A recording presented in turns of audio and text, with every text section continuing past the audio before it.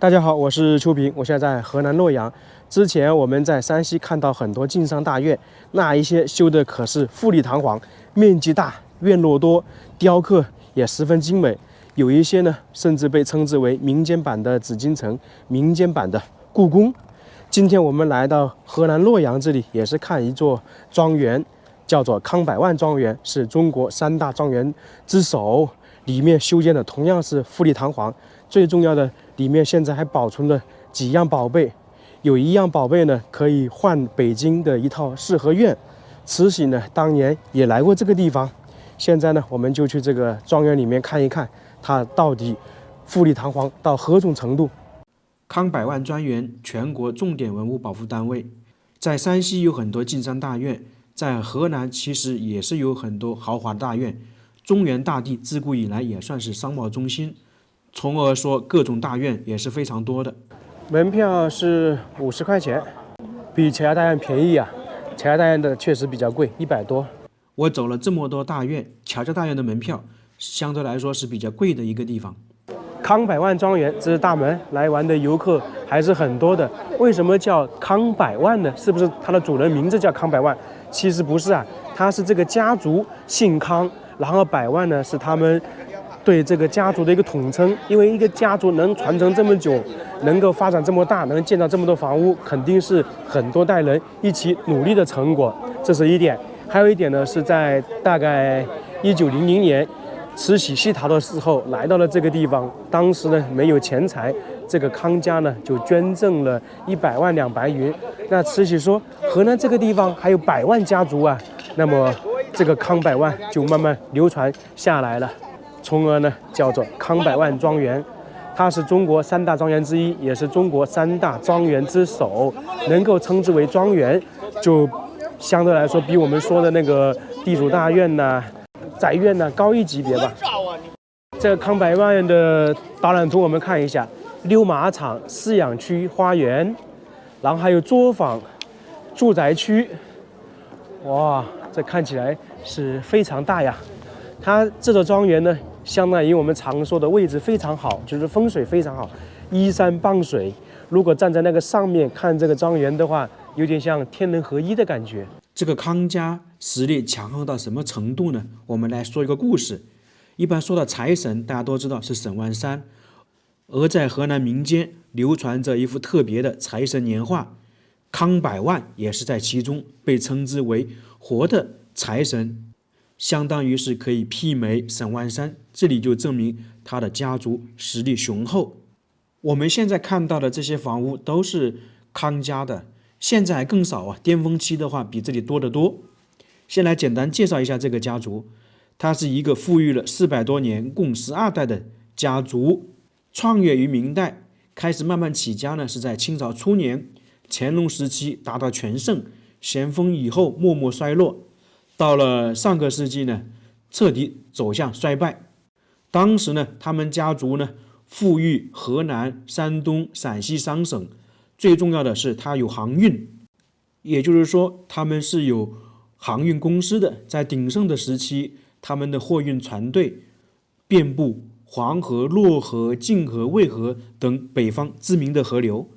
我们现在看到的这个庄园呢，是在乾隆时期进行大建的。康家最早的时候是在洛河边开了一个小分馆，慢慢的呢，生意越来越好，变成了康家店。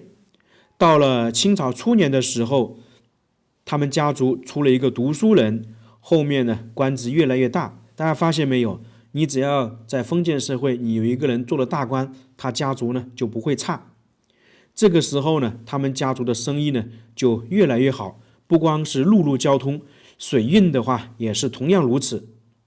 在当时他们家族的那个官员呢，他做了很多要职，很多核心部门，那么他们家族的生意呢，大部分就跟当时的清政府有关，联系上了。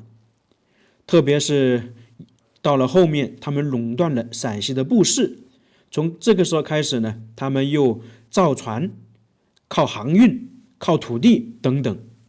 到了这个时候，他们就开始大力建造房屋了，建造了一座占地240余亩、包含19部分的庞大庄园。据说繁盛时期，庄园里面呢有砖厂、木材厂、造船厂，人来人往。康家人呢足不出户，可以满足一切生活所需，相当于变成了一个城市。这边还是属于外围区啊，能够看到有很多石碑，这些都是那个皇帝给他们的一些奖励吧。他们家族有很多当官的，从而说他这个康家呢也是一个官宦家族，就跟那个皇城相府陈家一样的。最早呢是那个做生意，后面呢变成商人。这样的话就培养子弟，进而呢中了科举，当了官员，就变成了一个官宦之家了。好像大部分的家族都是这个样子的。一进来就看到几栋房屋啊，这里大概占地面积3000多平方米，大家猜一猜是干嘛的？不是居住的，居住的是在上面。这里呢是当时康家谈生意的地方，就是商业活动区及业务洽谈、经济往来等为一体的经济中心。现在是保存了几个大院，去看一看。写的是顺记，当时是他们康家的一个商号。我们先看看他们业务中心是什么样子的，再去看看他们主宅。这个在这里称之为商业区，如果是在一般的地主家里，这个也就是住宅区了。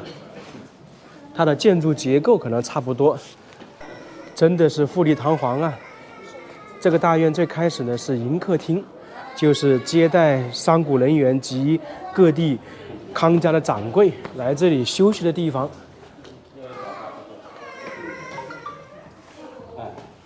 这是康熙给他们家的，康熙的圣谕，算是他们家族从康熙年间已经步入官宦家族了。从这个时期已经算是一飞冲天。现在看到的这些应该都是老物件，不过我看不出来是什么年代的。这个院落也是非常大的，它是3座院落组合而成，这里面的空间大呀。看看是干嘛的，就整个当时康家的经营管理都在这个院落，存放了资料，存放了账目等等。可能康家的主事人他上班的时候也是在这里处理事情，就跟我们现在你要去上班要去公司一样的，这里大概就是这个意思。这个比我们平时看的那个晋商大院有点不一样嘛，因为它这里建造的时候就不是住人的，如果是住人的话，相对来说面积就会小一点点。我们之前在山西平遥古城看到很多钱庄，那么这个康家呢也是有钱庄，他们叫做百万钱庄，是清朝政府专门给他们的称号，就证明他们家也算是皇商，跟清王朝的关系非常好。在当时来讲，很多这些大的家族，比较繁盛的家族，它都会有钱庄。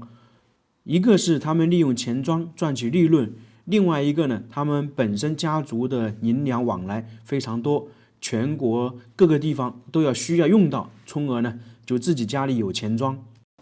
当然了，钱庄在这里只是个展示，他们肯定是要对外营业的，不是在这一块地方了，只是证明他们家族有钱庄。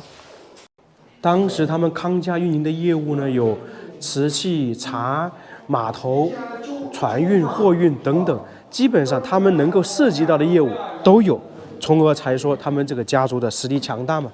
这里有一个大殿，相当于是康家的指挥中心，就是很多事情啊在这里决定，也是那个康家每年那个举行重大事情的地方。来看一看，这是一个模型图。这幅模型图向我们展示的就是当年康家兴盛时期的场景。上面那一块是他的房屋布局呢，跟我们现在总体差不多。然后外面这一点呢，是当时它周边的附属建筑，以及呢旁边还有一条河流，他们家的码头、航运都在这一块。在这里就看得非常明显了，当时康家拥有的船舶数量，据说在国内商人是排名第一的。有时候呢，清政府需要运送什么东西，都要找他们来运送。可以说当时的洛河两岸有了康家才这么兴盛。他们家族的船运到底有多发达呢？我们简单说一下。最巅峰的时候，这种船只有数千艘，成为全国最大的船行，航运航线最西到达兰州，东部到日本，北到天津、北京，南达沪杭等地。他们也是漕运世家。远处那条河流是漯河，现在看起来是平平淡淡，但是在当年这里呢是非常热闹的，基本上整个这一块算是都为康家服务。在当时，山西的晋商财力可能还比不上他。在旁边呢，这里还向我们展示了一艘轮船，这就是康家当时行驶在漯河上以及黄河上的一个模型一样。据说呢，当时只要老百姓在河上看到这个船来了，就说康百万来了，因为在那个时期它能够运载20万斤，以当时那个技术啊，能够20万已经非常了不起了不得了。在这个船只的顶部应该是一间指挥室，有负责人在这里。当时康家要去运送货物的时候，整个这些船只上的货物是非常贵重的，必须得有一名核心人员押运，有什么事情能够处理。在这边我们可以看到很多拴马座，当时外面的人呢来商家谈生意，就马放在这里，一放之后呢，康家的人呢立马呢就给这些马匹送上上等的那个物料给他们吃，因为康家的话做生意也好，做人也好，都比较完美一样的，只要进入到康家都是一视同仁，人一视同仁，马匹呢也是一视同仁。这也是康家的家训。他的生意能做得这么成功，一是跟清政府的关系，另外一个呢就是为人处事。去另外一个院落看一看，这边呢是康家存放银两的地方，就是跟财务有关。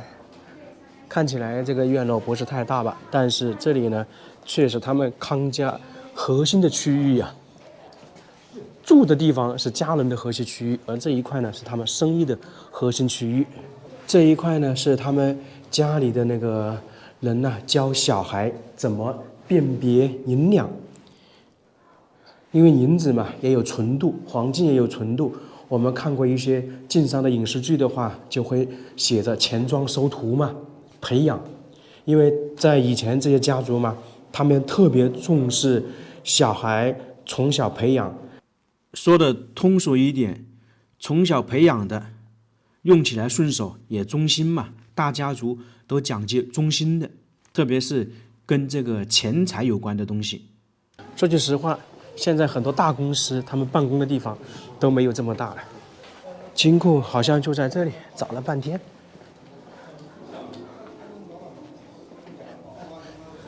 康家的金库其实是有好几个地方的，我们现在看到的只是他办公地方的金库，这些银两钱财可能是供他们平时做生意使用的，而在他们住宅区还有一个金库，可能就是他们储存家族银两的地方。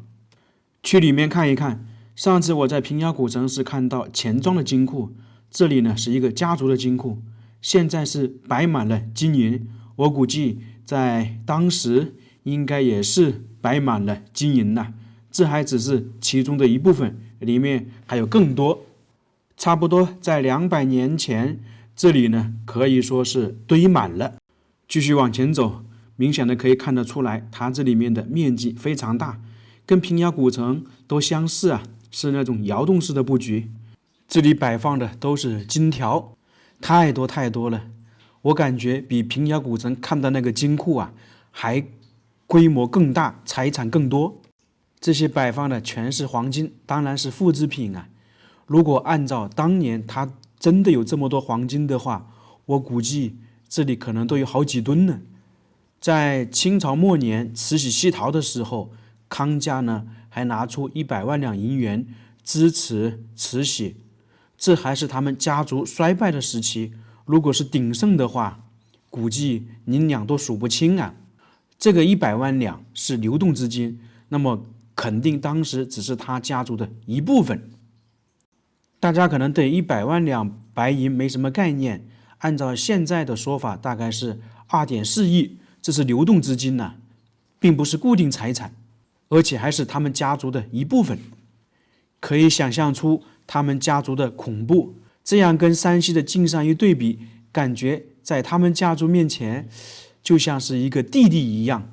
这个地方其实不光是放黄金白银，还放一些古董、瓷器、珠宝、地契、银票、合同等等。在这个金库里面还有2个洞，基本上是取钱的通道以及呢通风口。在这样的贵重金库里面，应该是有人值守的，和我们在平遥古城看到的类似。从金库已经出来了，大家有没有被震撼到？这只是其中之一，等一下还能看到其他的金库。我们继续往前走。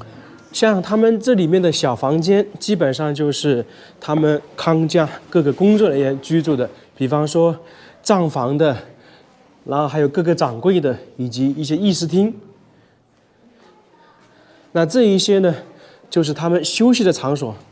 在这一块很有可能是康家的主事人，就负责人在这一块休息，白天在这里工作。如果碰到一些比较重大的事情要处理的话，基本上晚上就在这里休息。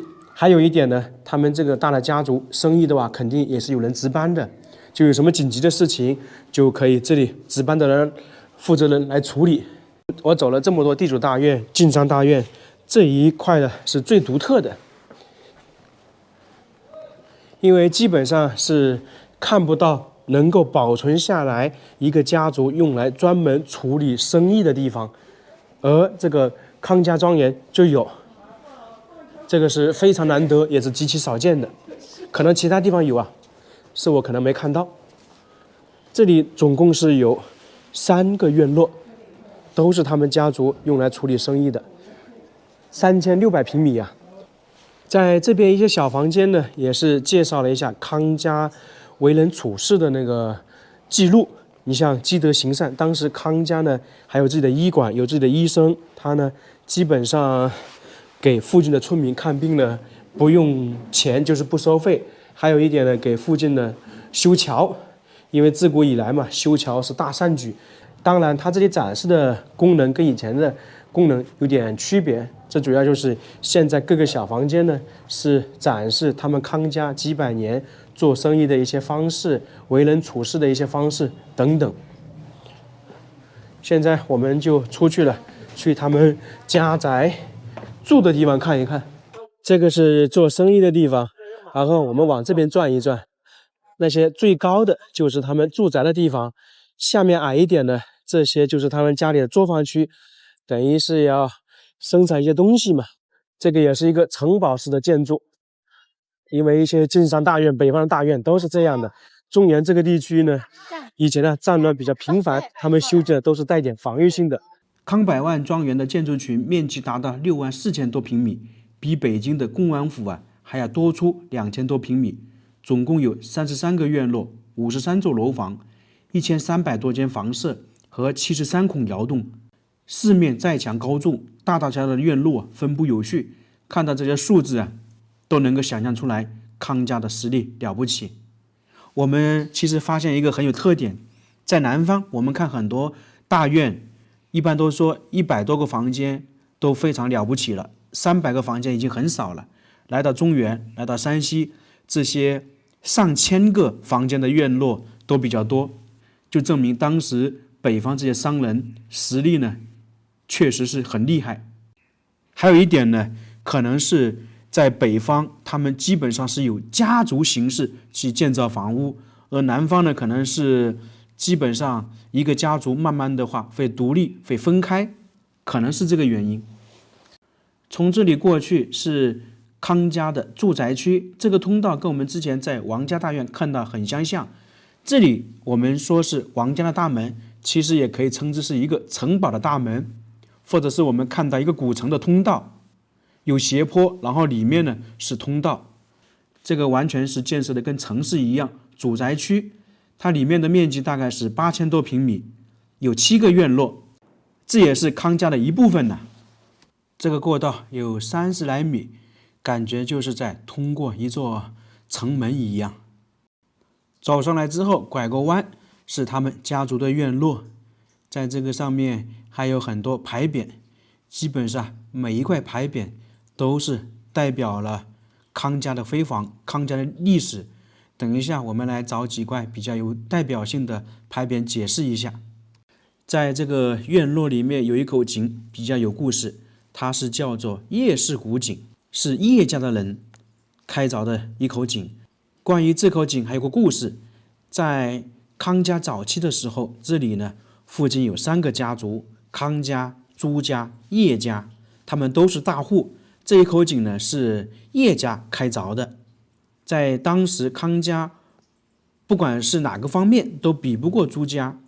为了改变这种情况呢，也算是他们在高人的指点下，康家呢决定买下叶家的那个地来建房屋或者是做其他的，并且说要把这口井也买了。但是呢，叶家是坚决不同意卖井，卖地可以。那么康家呢就遵循了这种方式，把这口井留下来了。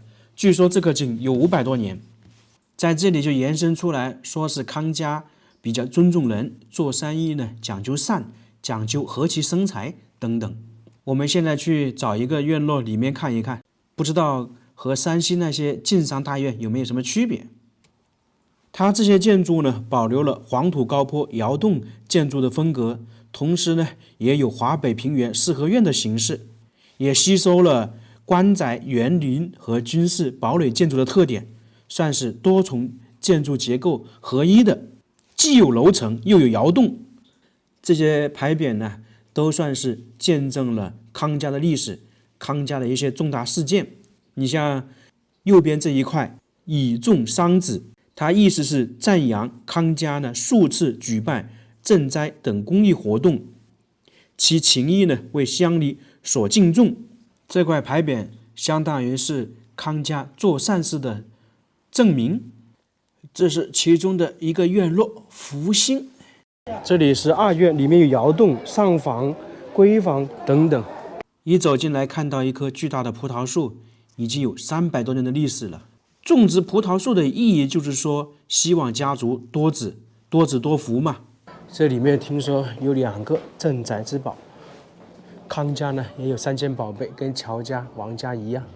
整体而言，这个大院将近有300年的历史，很多是经过修缮的。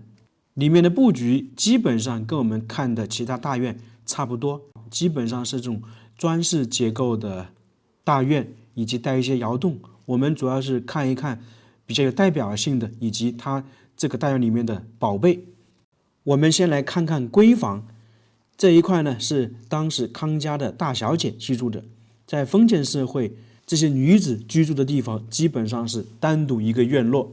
在明清两朝基本上是大门不出二门不迈的，从而说他们的居住地方比较隐蔽。闺房呢，也就是康家未出嫁小姐们的房间，里面布置比较清新雅致，这一看里面呢就是符合大家闺秀的珍贵身份。我们现在看起来是比较简单了，其实在当年可不是这个样子的。不过我有点奇怪的就是，正常来讲，以前的小姐闺房1楼不是他们居住的，一般1楼是那些伺候的丫鬟居住的，或者1楼是学习的场所。那么这些未出嫁的姑娘一般是居住在2楼，特别是在北方有这样一句说法：女子13岁上绣楼，在上面学习1年，然后15岁嫁人，16岁生一个胖娃娃。在这个大院里面看到很多牌匾，而这一块呢是非常特别，像书卷这块匾是叫做刘鱼匾，中华名匾之一，长1.65米，宽0.75米，上面呢共计是174个字，是同治时期一个进士所题。这个是康家的家训匾，大概意思就是说，做事留有余地，为自己、为他人、为后世子孙谋福的精神，也是儒家中庸思想的一种集中体现。继续往前走，这里就来到了一个院落里面，像这一块左右两边的房间，就是家族里面的一些人员居住的，越往里面越是核心的人员居住的。这是其中的一个房间，主要是向我们展示了以前他们昏黄的一些场景。原先早期的布局，我们现在肯定是看不到了，因为经过时间的变迁，里面各种布局肯定是改变了，并且这个里面每个时段住的人都不一样。最后面是老年居，应该是家里的长辈居住的。康百万庄园的镇宅之宝就在这个里面。我们现在看到的这张床就是康家的镇院之宝，它是叫做顶之床。为什么说珍贵呢？那肯定是跟它材质有关。它是由金丝楠木雕刻而成，全部是木头结构，没有钉子，榫卯结构拼装而成。特别是上面的雕刻非常精美呀，有麒麟，有各种瑞兽。据说当时打造这张床的时候，是10个工人做了将近5年的时间，才把这张床完整的做成。上面的雕刻都是有它独特的含义的。在这个床的顶部可以明显的看到有福禄寿3星，这个很好理解了，象征着3星高照，也是说寓意家里的主人老人能够长寿。在旁边呢也有很多其他的雕刻，特别是它这个床柱啊，我们说的柱子一样，跟在其他地方看的不一样，它是竹节形的，跟竹子一样，象征着节节升高。这个意思也很好理解了，节节高。整个床呢大概是由17个部分组成，拆开呢可以搬走，去其他地方呢重新组装。在以前的很多设备很多物件，它都是可以时时刻刻拆跟装的。那大家觉得这张床价值如何？我在这里听一些导游跟游客讲解的时候说，这张床可以换北京的10多套房，或者是说可以换北京的一套4合院。